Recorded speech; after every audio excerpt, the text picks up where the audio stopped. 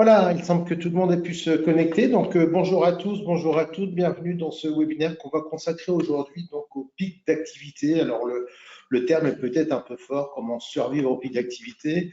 L'idée à travers ce webinaire, c'est vraiment d'essayer de passer en revue quels sont les axes dont on dispose dans nos activités d'entreposage, de préparation de commandes. Quels sont ces axes qui nous permettent peut-être d'atténuer soit d'atténuer le pic, on verra, c'est plutôt un acte supply chain, soit de moins subir ces pics d'activité qui font quand même quelque part le charme de nos activités en entrepôt. Avant de commencer, je vous propose donc une présentation, si ça veut bien. Voilà, une présentation donc de nos activités. Donc, Simco Consulting, on est spécialisé à la fois en intralogistique et donc en supply chain, du conseil en logistique supply chain, à travers des études de faisabilité, à travers l'assistance sur la mise en œuvre, une fois les études réalisées et la solution retenue, de la simulation de flux qui nous permet de valider des solutions, principalement quand on est sur des systèmes un peu complexes, la partie système d'information qui permet de faire le bon choix du système pour nous aider justement, et on va en parler aujourd'hui, à mener ces activités d'entreposage du mieux possible. On vous accompagne dans les projets d'externalisation, aussi bien donc des prestataires logistiques pour répondre à des donneurs d'ordre que d'accompagner des donneurs d'ordre pour aller identifier le prestataire. Et puis donc on assure également la formation puisqu'on est certifié Calliope depuis près de 2 ans maintenant. Alors, on s'adresse à des entrepôts d'usines, des entrepôts de distribution, sur le départ d'une page blanche ou sur des sites d'activité. Et donc, nos études et nos mises en œuvre vous accompagnent tant sur des systèmes traditionnels que des systèmes à haut niveau d'automatisation. Et puis, on assure également donc la partie supply chain avec l'analyse de processus, avec des notions de prévision de demande, d'approvisionnement, système d'information qui interviennent aussi évidemment sur ces notions de supply chain, une notion de gestion de stock, là aussi de la formation. L'idée ici est bien sûr de simplifier, d'essayer de mettre de l'huile dans les rouages de la supply chain et d'avoir cette vision client, que tout le monde partage cette vision client, et en rationalisant évidemment les coûts, tout en servant les données de nos clients évidemment.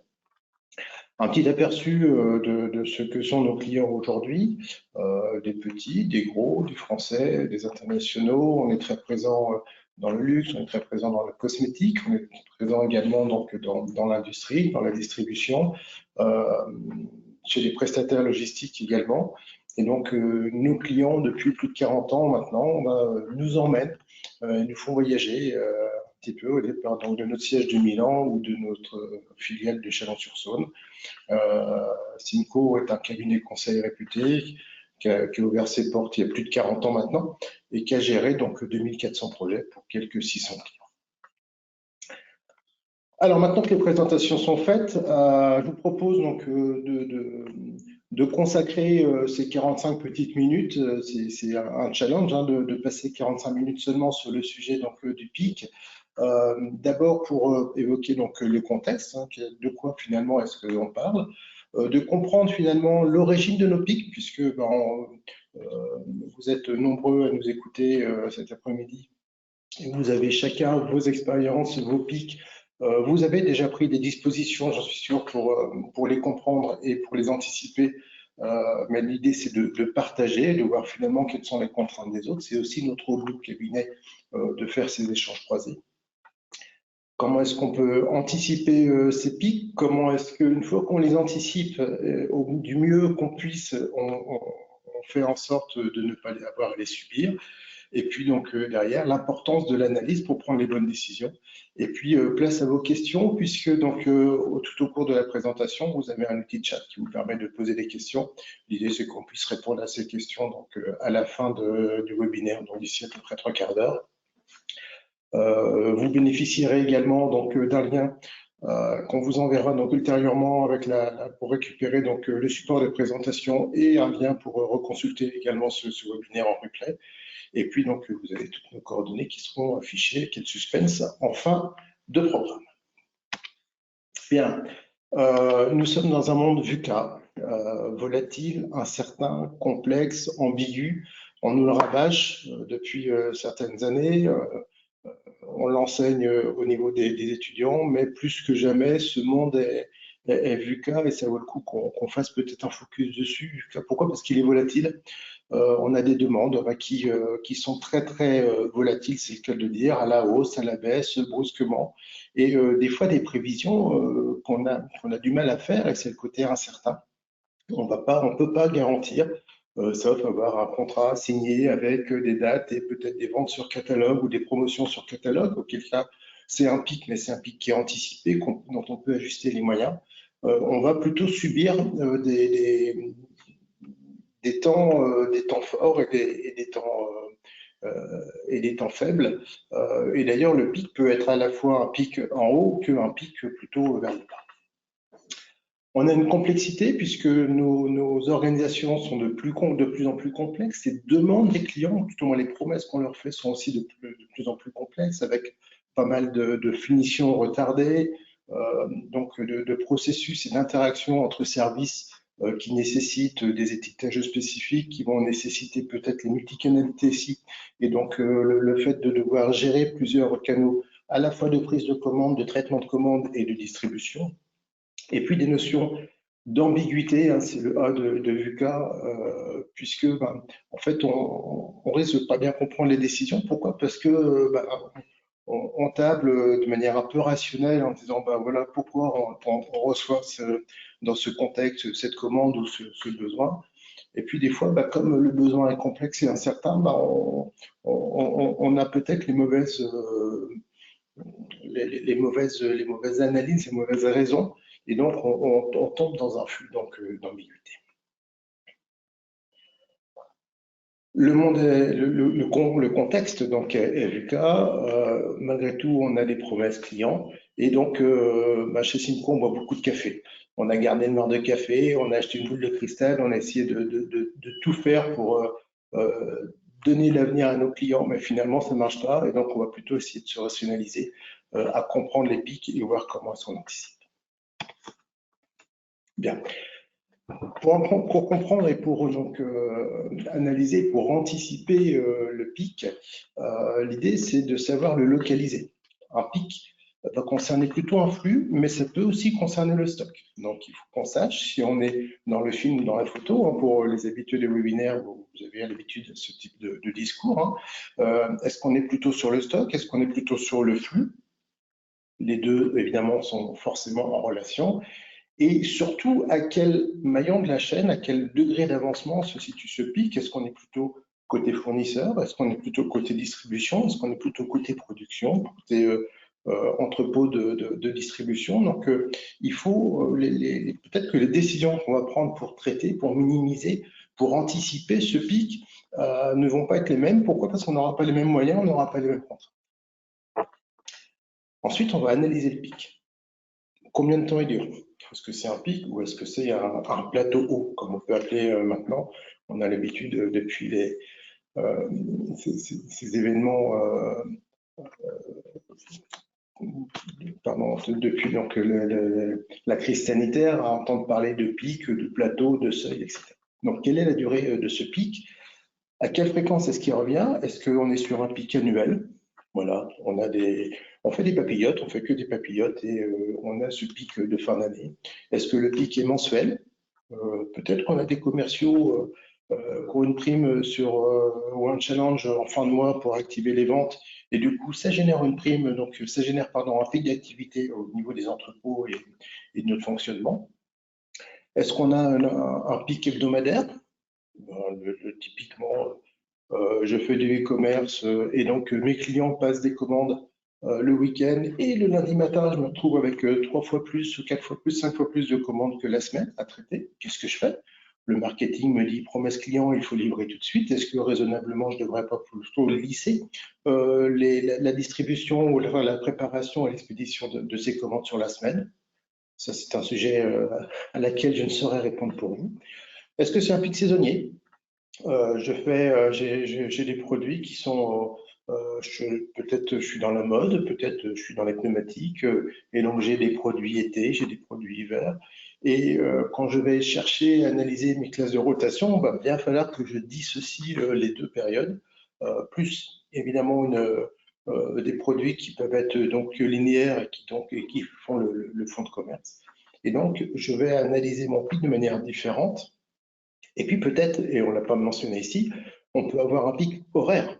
C'est tous les jours, à 10h30, j'ai un pic d'activité. Je ne sais pas d'où ça vient. J'ai les commandes qui arrivent, j'ai des premiers camions à faire partir et je subis ce pic. Donc comment est-ce que j'ai fait pour rationaliser et pour vivre mieux avec ce pic une fois que je l'ai analysé et une fois que j'en connais les tenants et les aboutissants. L'idée pour faire parler le pic, c'est de faire parler ces données. Et là, on est vite dans un biais. C'est facile de récupérer, alors si on a un bon système d'information, on fait une extraction, on récupère un fichier sur un tableur bien connu, on fait des courbes, on trace, on regarde qu'est-ce qui se passe. Alors, dans le meilleur des cas, on est au jour. Dans encore meilleur des cas, on va être sur de l'heurodata, c'est-à-dire qu'on va pouvoir aller analyser finement ce qui se passe dans chaque heure, et donc on va pouvoir aller filtrer finalement les informations pour aller les faire parler. Sauf que, quelle est l'origine des données? Est-ce que les données sont finalement le fruit de la réalisation? C'est-à-dire que j'ai reçu des commandes l'année dernière, il y a 2 ans, il y a 3 ans, et voilà ce que j'ai su faire et comment j'ai su les préparer, les faire partir. Ou est-ce que ces données sont finalement le reflet des besoins réels des clients? Et bien souvent, comme on a tendance dans les exploitations, ou si on n'a pas eu les capacités à traiter toutes les commandes en simultané dans l'historique, eh bien on va travailler sur des courbes et des chiffres qui sont déjà relativement aplatis par rapport aux besoins des clients. Donc il faut se méfier quand on fait parler les données. Attention, quelle est la source? Est-ce que c'est la demande initiale ou est-ce que c'est la manière dont j'ai traité la donnée? Ensuite, une fois qu'on a cet historique, on va se projeter, on va en analyser un modèle avec un outil analytique, on va l'analyser, on va regarder, mais tiens, voilà ce qui se passe 4 semaines avant telle date, l'événement, ou 2 mois avant tel événement, ou le jour J. Qu'est-ce qui s'est passé? Et donc, comment est-ce que moi je peux anticiper et prendre les devants par rapport donc, à ce pic? Ça, c'est ce qu'on arrive à faire aujourd'hui. Et petit à petit, on arrive sur cette 5e phase que j'appelle se projeter demain, et donc qui est l'introduction de l'intelligence artificielle et qui va avoir une réelle valeur ajoutée pour la prise en compte de tout ce qui va être changements comportementaux des clients, de tout ce qui va être prise en compte des évolutions météorologiques, de tout ce qui va être prise en compte finalement des facteurs. En fait, l'intelligence artificielle va faire ce que moi je pourrais faire avec mes petites mains et ma calculatrice et mes tableurs, mais avec une capacité de calcul et de rapidité de traitement qui va vraiment m'apporter sur un pilotage et sur de la prise de décision.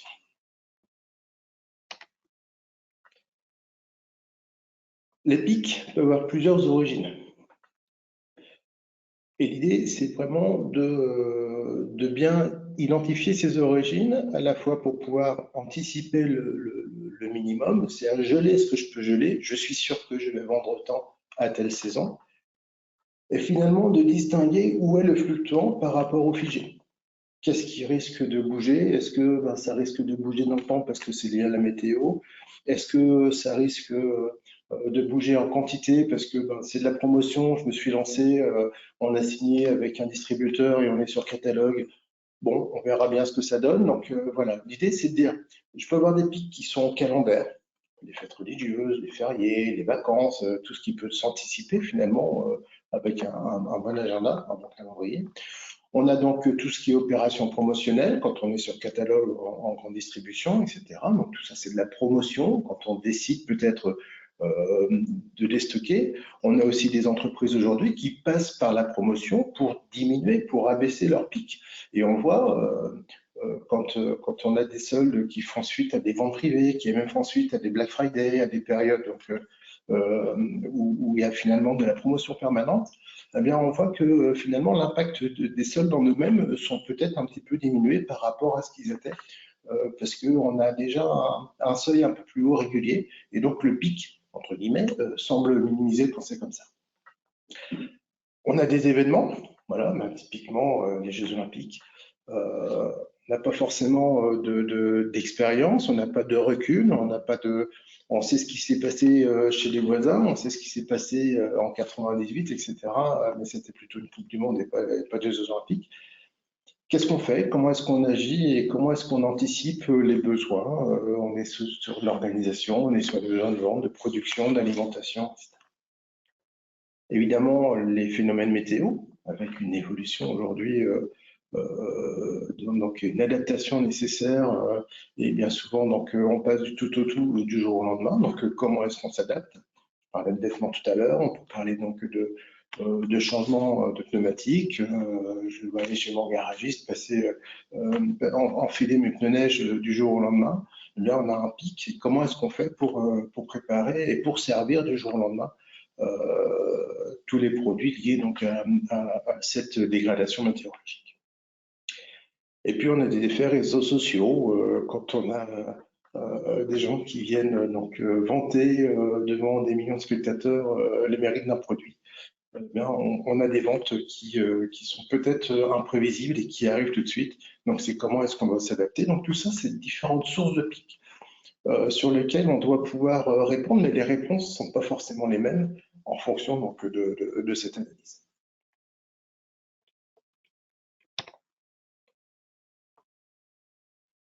Une fois qu'on comprend donc les pics en eux-mêmes, l'idée, c'est de comprendre nos processus en interne et de les découper et de faire une analyse processus pour processus avec les interactions des parties prenantes. Qu'est-ce qui se passe en aval? Qu'est-ce qui se passe en amont? Et d'identifier où est ce qu'on pourrait appeler le maillon faible, entre guillemets, mais l'idée, le terme est peut-être un peu fort quand on va chercher une cohésion d'équipe, justement, une stratégie globale d'entreprise pour répondre à ces contraintes de pic.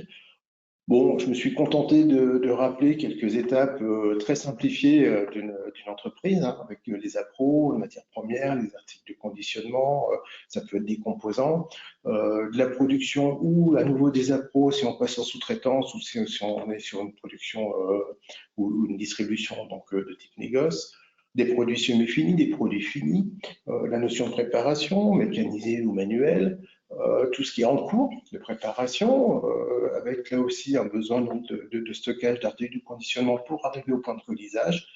Et puis ensuite, bah, c'est un dispatch par transporteur en vue donc, de l'expédition. Les triangles rouges que vous voyez représentent des stocks. Et entre les triangles, on a les processus. Et est-ce que, à un moment donné, j'ai un stock soit qui est à zéro, ça veut dire que mon processus donc, en amont va moins vite que moi, soit j'ai un stock, ou alors si j'ai fini ma journée et que j'ai passé tous mes pics, donc très bien, ou est-ce que j'ai un stock qui va plutôt augmenter, et là je cherche de la surface, je cherche de la place pour mettre mes produits, et ça veut dire que le processus donc, qui est en aval, lui a un problème, va moins vite que moi, et donc ça me permet soit de dire j'ai besoin de plus de surface, hop, j'agrandis la surface et le plus de stock, bon, je suis pas sûr que ce soit la solution, mais plutôt de travailler sur le processus en lui-même pour voir comment est-ce que je peux l'aider, comment est-ce que je peux faire un focus. Et l'idée, c'est évidemment de ne pas démarrer des dizaines d'actions en simultané dans une entreprise, mais l'idée, c'est bien de cibler et de dire où est-ce que j'ai mal, où est-ce que j'ai le plus mal. Et donc, on renforce le processus qui est le plus sujet à goulet d'étranglement. On calibre les différents stocks. Et puis, on partage les informations en interne avec les fournisseurs, éventuellement avec les clients, parce que quand on a des difficultés, il faut aussi savoir le dire aux clients. Et une fois qu'on comprend nos processus internes, on a des pistes d'action pour agir. Ces pistes d'action, elles sont au moins de 4 ordres. On peut jouer sur les stocks, on peut jouer sur les ressources humaines, on peut jouer sur du matériel et des systèmes d'information.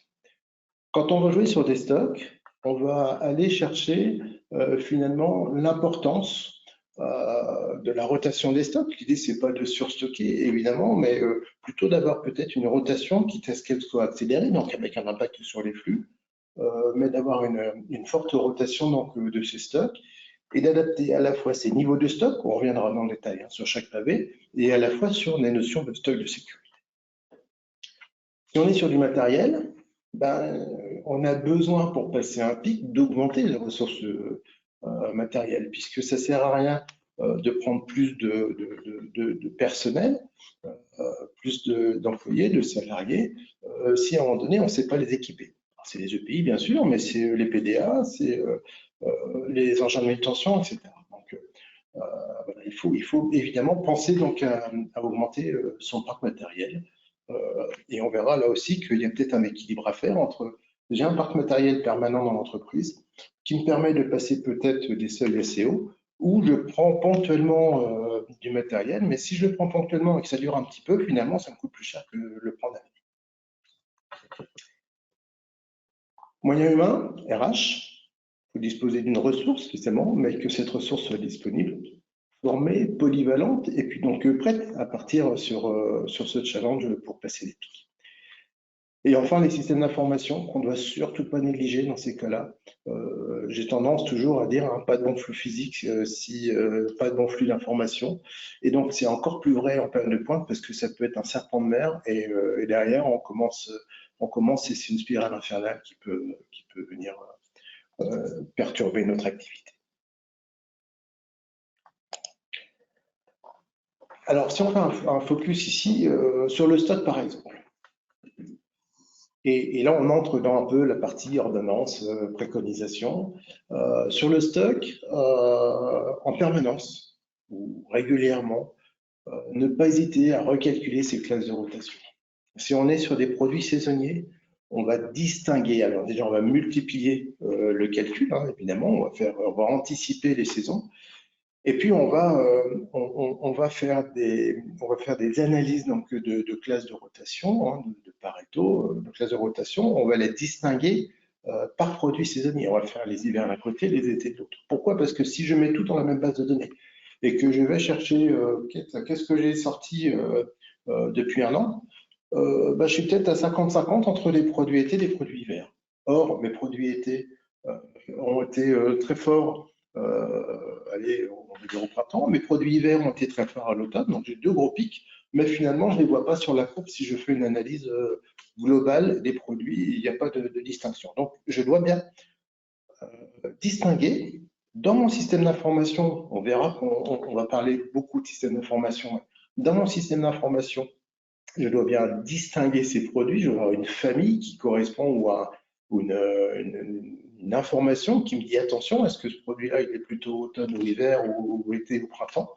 C'est ma saisonnalité, je dois pouvoir les repérer et je dois pouvoir distinguer, avoir une approche différente, à la fois donc on le verra, pour mieux les stocker, les mettre au bon endroit pour gagner du temps. Derrière, quand je vais avoir ce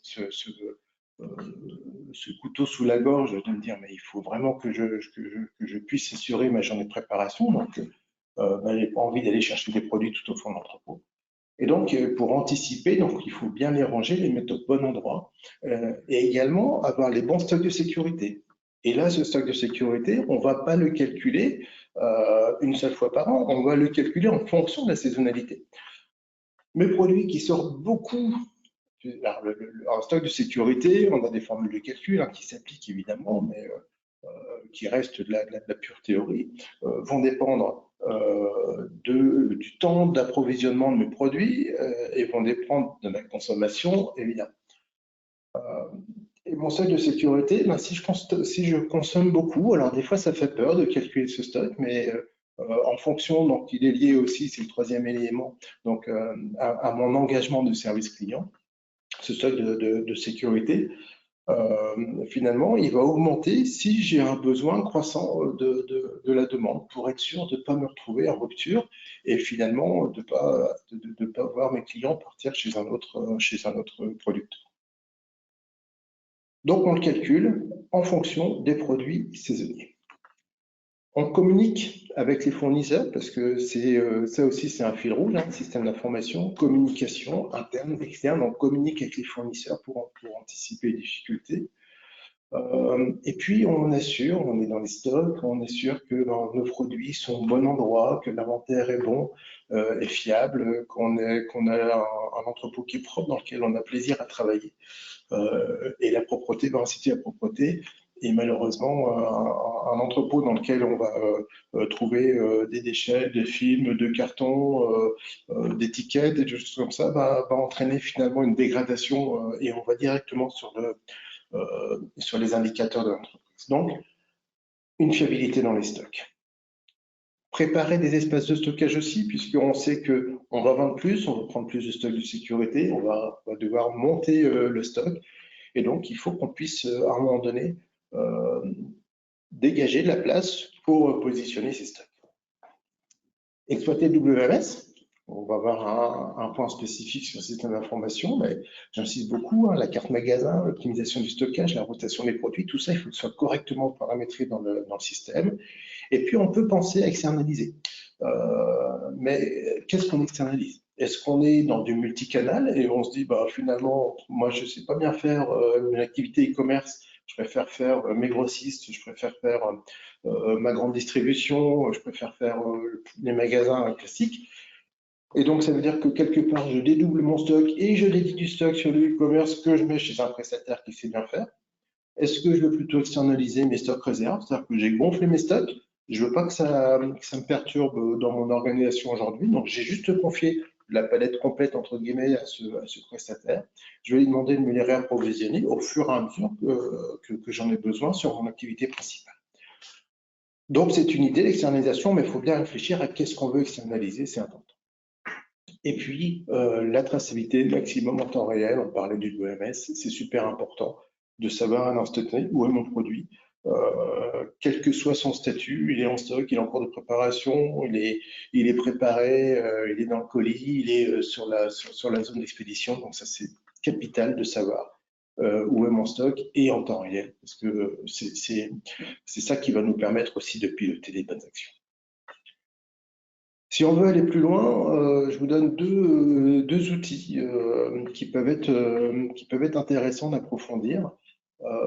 Un qui est plutôt une démarche qui est inclus maintenant dans de plus en plus de ERP, qui s'appelle le DDMRP, Demand Driven MRP, Material Replenishment Planning. Demand Driven, ça veut dire que les approvisionnements, les réapprovisionnements donc, des produits sont faits en fonction de la demande. Et donc, on réduit cette distance entre le besoin client et donc mes approvisionnements. En se laissant, l'idée c'est de se laisser en place, donc d'avoir là aussi, hein, c'est une méthodologie qui nécessite un accompagnement pour aller avec des gens certifiés des DMRP pour la mise en place. C'est un système, un mode de calcul qui permet, d'aller dire, de positionner de manière intelligente des buffers de stock, des buffers de temps, pour pouvoir avoir les produits et réagir le plus vite possible, donc en fonction de la stratégie d'approvisionnement et de production et d'assemblage des différents produits.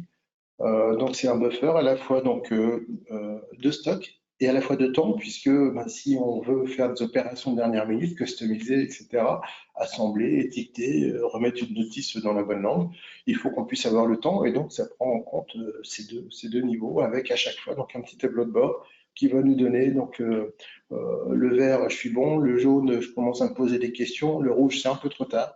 Voilà, et qui permet donc de minimiser les faibles qu'on peut retrouver dans la distribution de manière classique. Un deuxième exemple ici, qui est plutôt une startup qui s'appelle Flowity, qui va agir en tant que tiers de confiance quand on va faire communiquer un client et son fournisseur. C'est-à-dire qu'un client, un fournisseur, quand bien même, on le verra plus tard, on va essayer de privilégier le VMI, c'est-à-dire un échange finalement avec des appros partagés, et donc un échange de niveau de stock et de niveau de bon de commande. Bah, tous les fournisseurs ou tous les clients ne sont pas prêts à partager leur bon de commande avec leurs fournisseurs. Et donc, ce sont des informations qui sont enregistrées, qui sont capitalisées par ce tiers de confiance sur l'IT, qui va traiter ces informations, mettre une couche là aussi d'intelligence artificielle dessus pour les traiter et redescendre à chacun des tiers, soit des consignes de commande anticipées ou des consignes donc, qui vont permettre finalement à un client, à un donneur d'ordre, de minimiser son stock de sécurité pour quand même répondre malgré tout donc, à la demande. Donc, il diminue son stock de sécurité et malgré tout, donc, ça lui permet quand même d'être meilleur sur le taux de service. Et donc, c'est vraiment quelque chose qui est plutôt intéressant. Je vous ai mis donc, à chaque fois donc, les deux les deux adresses mail pour aller en savoir un peu plus, à la fois sur le DNRP, à la fois sur Flowleti. Bon, des choses un petit peu plus classiques quand on parle de ressources humaines, évidemment. Faut avoir les ressources, il faut prendre le temps de former les gens. Il faut pas hésiter, hein, ça coûte un peu, mais on les prend à l'avance et on les forme sur les opérations, sur les processus, sur les systèmes d'information. Et au final, anticiper cette formation va nous coûter beaucoup moins cher que de la non-qualité ou que de la perte de temps, parce qu'il y a la non-qualité directe et la non-qualité indirecte, cette perte de temps de former les gens sur le terrain. Ils viennent d'arriver, je suis déjà en pic, mais pendant que je les forme, je fais pas mon boulot. Et donc là aussi, on rentre dans une espèce de spirale qui va faire qu'on va accumuler les retards sur la préparation et sur l'activité. Donc, on n'hésite pas, on les prend suffisamment à l'avance, on les forme, on va travailler sur la polyvalence et on n'oublie pas, et là encore, on a encore ces notions d'impact de système d'information qui va intervenir. On n'oublie pas de prévoir évidemment les EPI, mais aussi les PDA, tout le matériel PDA, les licences, le matériel de manutention qui vont faire en sorte que les gens puissent travailler, être opérationnels et pas dépendre de quelqu'un d'autre pour aller cliquer sur une opération. Encore une fois, on parle de notion de temps réel, de traçabilité, de fiabilité. Et donc, il ne s'agit pas de dire, ouais, vous allez travailler avec 2 PDA pour 3 et puis on n'en parle plus. Non, il faut vraiment, et avoir aussi donc, les licences pour les connecter. Et puis on verra, avoir des menus user peut-être adaptés, puisque c'est des gens qui connaissent un peu moins l'entreprise. Et donc, si on peut éviter d'avoir l'opportunité de faire un peu n'importe quoi dans le système, ça peut être. Bon, vous m'avez pas attendu pour évoquer le fait de travailler en horaire décalé, de pouvoir peut-être augmenter un nombre de shifts, de travailler le samedi, pas forcément sur des activités de production, préparation, mais plutôt générer ou refaire un peu, se remettre à niveau sur tout ce qu'on a mis de côté pour privilégier donc le service client. Et ça permet donc aussi de limiter la coactivité, puisque ça, c'est un phénomène qui est générateur d'accidents de travail, générateur de temps perdu.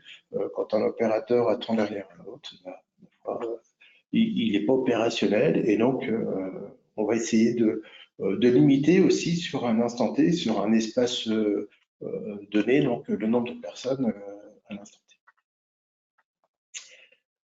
Bon, à voir avec l'ORH, évidemment, pour travailler aussi sur la modulation du temps de travail. Donc là, ça veut dire qu'il faut qu'on ait quand même des périodes clairement identifiées, de périodes basses, de périodes hautes, au niveau donc, de l'activité. Pour aller plus loin, on peut travailler avec donc, ce qu'on appelle les groupements d'employeurs, c'est-à-dire que plusieurs employeurs se regroupent ensemble, peut-être avec des saisonnalités un petit peu complémentaires, signent des CDI avec des salariés, et ces salariés donc, vont aller ponctuellement travailler selon les besoins dans une, deux ou trois autres entreprises. Et donc, c'est des gens qui vont être formés, qui vont connaître vos processus, qui vont venir régulièrement travailler chez vous et qui peuvent être en renfort non négligeable, donc en cas de pic d'activité et de besoin.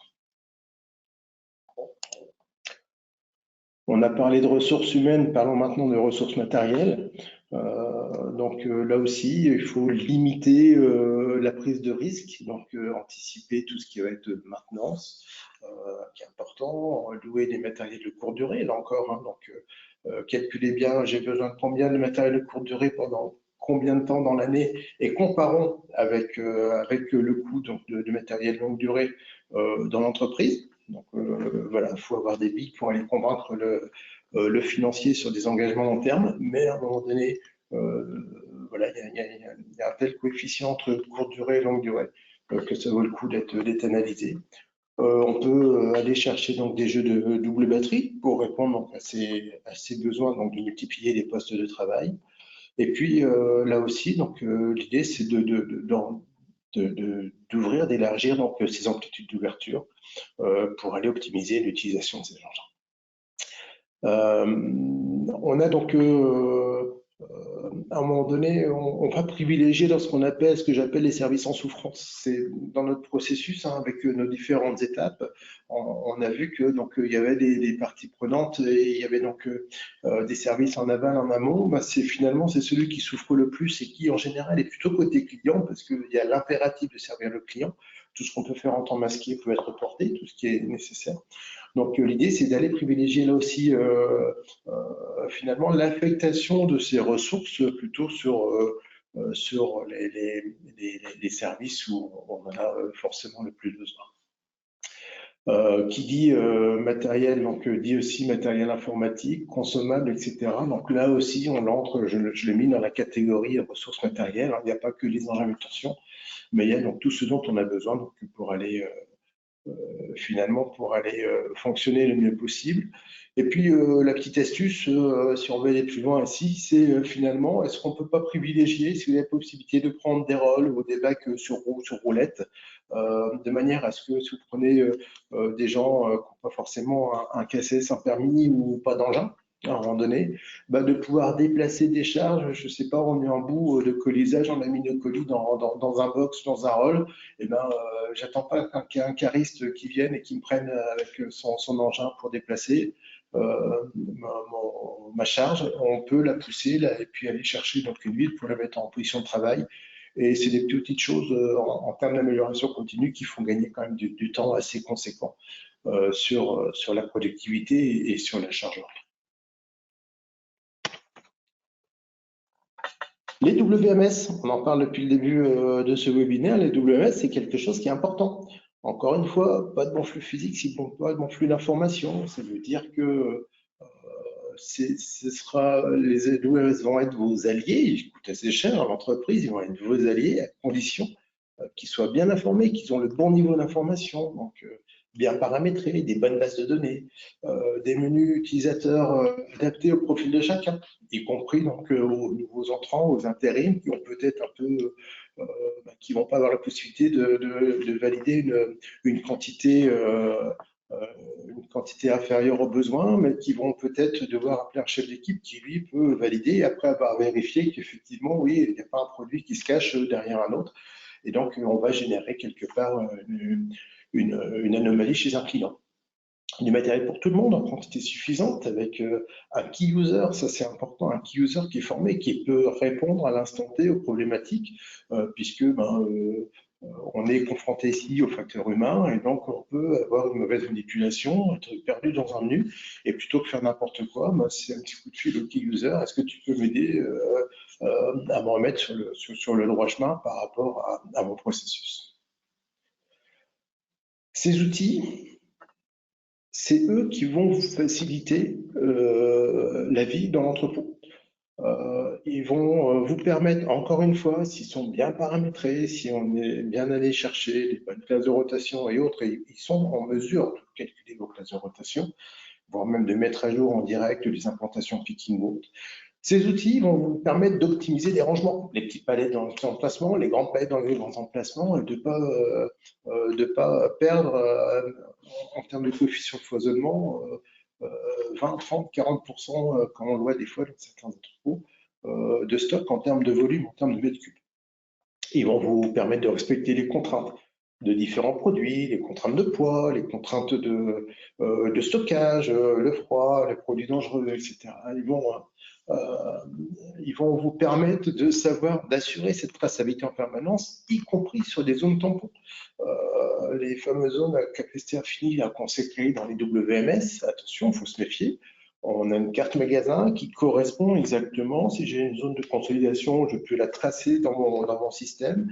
Et donc, je sais exactement que le premier cariste pose des matières ou du matériel ici et que le deuxième, le préparateur, quand il flash, on lui dit tiens, on a déjà commencé à préparer cette commande et elle est à cet endroit-là. Cette zone de consolidation est plutôt capitale.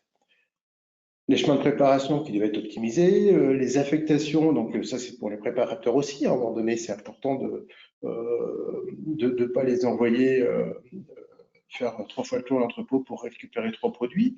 Une notion que je n'ai pas mentionnée ici, mais qui est aussi cette partie enfin, qui rentre dans le papier ordonnancement, donc qui est cette partie comment est-ce que je lance préparation, en fonction de quels critères, en fonction de quelles contraintes de départ, de quelles contraintes de volume de produits, comment est-ce que c'est massifié derrière, est-ce que je lance un préparateur et je lui demande de faire 3 commandes, donc il a trois bacs ou un rôle avec 3 niveaux différents, est-ce que je lui demande de tout ramener et je trie derrière, etc. Donc tout ça, finalement, c'est des questions qu'on se pose au quotidien et si on arrive à les simplifier au quotidien, alors ce sera d'autant plus facile de passer les pics si on est bien organisé. Et puis donc, ces WMS permettent aussi d'affecter des charges à des préparateurs ou à des caristes, parce qu'on sait que tel cariste est plutôt spécialisé ici, a le bon permis et est dispo, et donc on lui affecte donc, cette charge. Ça fait partie donc, de cette notion de gestion d'entrepôt et donc de bénéficier, si on a donc les bons paramétrages partout, on a des bons tableaux de bord et on peut aller de l'avant donc avec WMS et on ne dira pas c'est de la faute à l'informatique. Alors, comment on arrive à tout ça? Donc, on a forcément donc on a analysé pardon les raisons des pics, on a analysé les raisons pour lesquelles on ne pouvait pas répondre aux pics avec quelques axes d'optimisation en termes de ressources notamment. Derrière, quand on le fait de manière assez anticipée, on peut aller prendre des dispositions, soit qui vont nécessiter plutôt une enveloppe d'investissement, c'est de l'innovation, soit qui vont nécessiter plutôt du temps un peu long, mais on va chercher quand même des choses qui vont nous permettre d'améliorer le quotidien, et donc on appelle ça l'amélioration continue. Si on va dans l'innovation, on peut penser WMS, parce que peut-être que j'ai donné envie à certains d'entre vous de l'autre côté de l'écran de dire ça peut être bien qu'on entame une vraie démarche de WMS parce qu'aujourd'hui je travaille avec mon ERP et qui répond pas forcément à tous ces critères. Je peux aller chercher donc tout ce qui va être AGV, AMR, donc finalement des engins qui sont autonomes et qui nécessitent pas de ressources humaines derrière, mais qui peuvent me simplifier la vie. Tout comme les gros systèmes ou les systèmes d'automatisation process good to people. Voilà, donc cela, alors, quand je dis un gros système, ça peut être du stockage à préparation, ça peut être des étagères mobiles. Donc voilà, il y a différents niveaux d'investissement en tout cas, donc, qui sont adaptés en fonction de différents volumes et différents flux. Ça peut être l'automatisation de tout ce qui va être contrôle et colisage. Hein. À un moment donné, je peux optimiser donc mon colis. J'ai des outils aussi et des systèmes qui permettent d'adapter la taille du colis par rapport à ce que je mets dedans, par rapport au volume et par rapport au poids. C'est surtout le volume qui nous travaille ici, puisque donc avec la facturation poids-volume des transporteurs, ben, plus je transporte du vide et plus ça va me coûter cher de transporter du vide. Et puis on peut mettre en place, alors j'hésitais entre innovation et amélioration continue, cette notion de VMI, Vendor Management Inventory. L'idée c'est de partager ces données, c'est de partager ces niveaux de stock et finalement c'est de pouvoir anticiper, permettre à l'une des deux parties de pouvoir anticiper et positionner le bon niveau de stock chez son client. En termes d'amélioration continue, quelques idées qui sont un peu générales, hein, évidemment, mais sur lesquelles on peut travailler ensemble sur des cas spécifiques.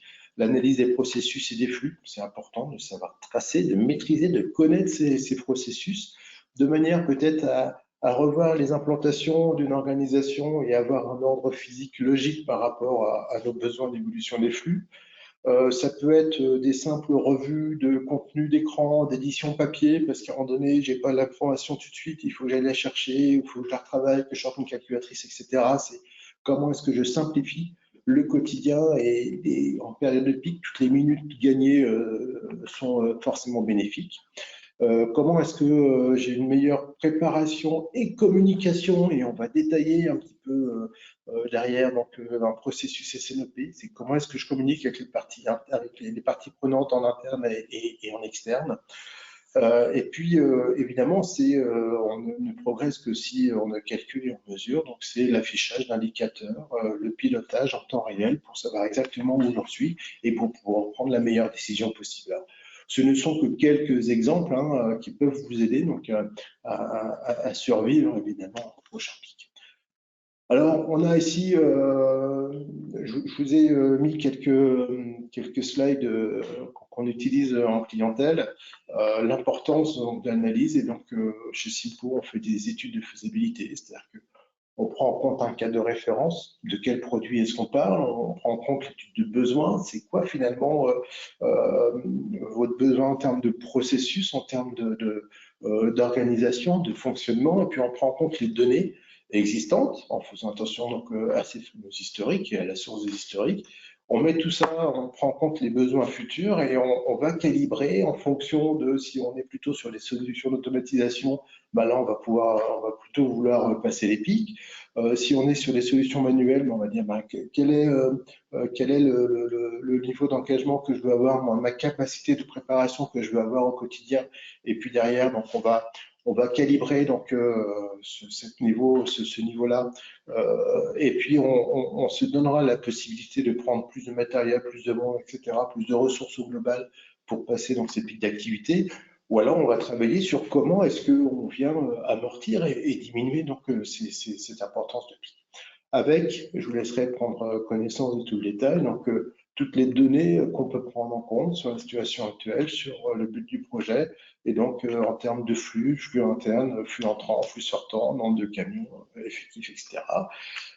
Et avec tout ça, on peut sortir donc une matrice de décision qui prend en compte à la fois les niveaux d'investissement, les coûts d'opération générés, donc c'est les coûts annuels d'opération, et sur lequel on vient se comparer avec une situation existante et on va chercher un retour sur investissement qu'on va cependant relativiser donc avec une analyse critique coût-avantage des différentes solutions par rapport à des durées de mise en œuvre, par rapport à des évolutivités de la solution, par rapport à l'impact sur des organisations, sur d'autres services, sur les systèmes d'information, etc. Et donc ça, ça fait partie donc tout ça, je vous le partage parce que c'est des éléments que vous pouvez prendre en compte quand vous allez faire votre étude et les analyses de processus. Je vous ai dit en introduction tout à l'heure qu'on avait également un outil de simulation de flux, qui permet à la fois de valider, c'est l'écran de droite, donc des implantations picking. On a ici un système de chaleur et on va simuler donc une journée de préparation en pic et on va regarder où passent les caristes ou les préparateurs, et si à un moment donné dans la journée on a des soucis avec donc des risques de coactivité et de perte de productivité. Sur le côté gauche, le visuel n'est pas important, on est plutôt dans l'ordonnancement, on est plutôt comment est-ce que notre ordonnancement, nos systèmes de préparation vont permettre finalement d'être efficient et le plus efficace possible. Et donc, on va comparer différents scénarios pour aller donc simuler là aussi une période de préparation, en l'occurrence des sites de fabrication. Je vous ai parlé du PIC du SNOP tout à l'heure. Sales and Operations Planning, c'est super important et c'est quelque chose qui, là aussi, va forcer une communication saine entre la production. Alors, quand on dit production, ça peut être un site de fabrication, mais ça peut être aussi la production en termes de préparation de commandes. Encore une fois, je considère que nos entrepôts sont des usines aujourd'hui. Et donc, on discute. L'un amène donc ses contraintes d'organisation, ses contraintes matérielles, ses limites, ses capacités, et l'autre amène donc les besoins des clients. Mais aussi les besoins du client comparés les uns par rapport aux autres, comparés à des risques. C'est un client que je viens de démarrer, j'ai un gros enjeu dessus, il faut pas le décevoir. Est-ce que c'est un client qui m'a commandé 300 pièces, mais si je lui en livre que 100 demain et puis les 200 la semaine prochaine, on est pas mal? Est-ce que c'est un client avec lequel je suis soumis à des risques de pénalité, à des risques de perte de dossier, etc. Est-ce que c'est du e-commerce? Enfin, voilà, on se pose toutes les questions, on met tout sur la table. En général, c'est le service supply chain qui amène ces éléments sur la table, et donc on discute. Et donc, le client, pendant ce temps-là, il sait pas qu'on parle de lui, mais on essaie de prendre la meilleure décision. L'idée, c'est de prendre la meilleure décision, non pas pour soi et pour son service, mais pour l'entreprise. Et donc, on compare nos charges, nos capacités, et on prend des décisions de manière sereine. Et derrière, on applique ces décisions. Ça, c'est important aussi de suivre l'action et de se voir régulièrement et peut-être en général, c'est une réunion qui se tient toutes les semaines, en début de semaine ou en milieu de semaine, et où on analyse le portefeuille de commandes et la capacité de réponse. En période de pic, c'est quelque chose qu'on peut faire tous les matins pour privilégier des actions et dire qu'est-ce qu'on est en mesure de mettre de côté si on n'est pas capable de produire et qu'est-ce qu'on doit privilégier et de manière à pouvoir limiter les insatisfactions clients derrière et puis, in fine, les coûts de non-qualité pour l'entreprise.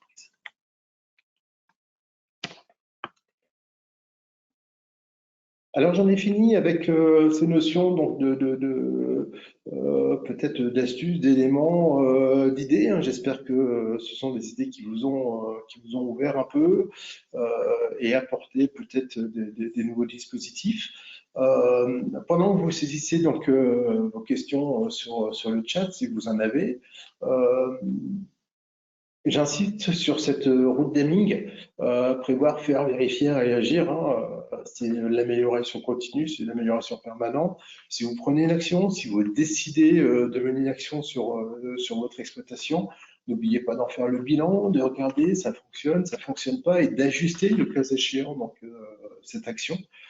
C'est très important et c'est ça qui va vous permettre de progresser petit à petit et de ne pas prendre des actions qui viennent aussi avoir des impacts qui vont rétrograder différents services attenant aux vôtres. Et puis, n'oubliez pas que on est là aussi, hein, on vient de réaliser ce webinaire, de partager des idées. On peut aller plus loin ensemble et vous aider à identifier et à mettre en œuvre donc, des pistes d'amélioration, soit l'amélioration continue, ce soit des idées d'automatisation, d'innovation, d'externalisation, des sujets supply chain, la formation. N'hésitez pas. Voilà, l'expérience fait qu'en général, c'est plutôt rentable pour les entreprises. Voilà. Eh bien, écoutez, on va passer aux actions, aux questions, pardon. Voici donc les coordonnées. Nous avons une page LinkedIn, un site internet.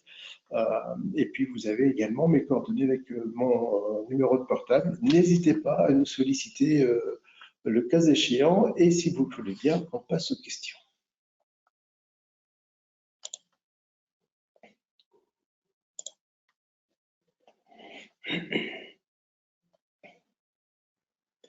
Alors, j'ai dû être très clair parce qu'il n'y a pas beaucoup de questions.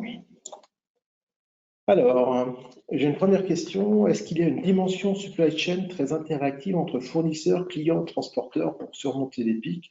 Alors, effectivement, on n'a pas beaucoup parlé de transporteurs. Hein.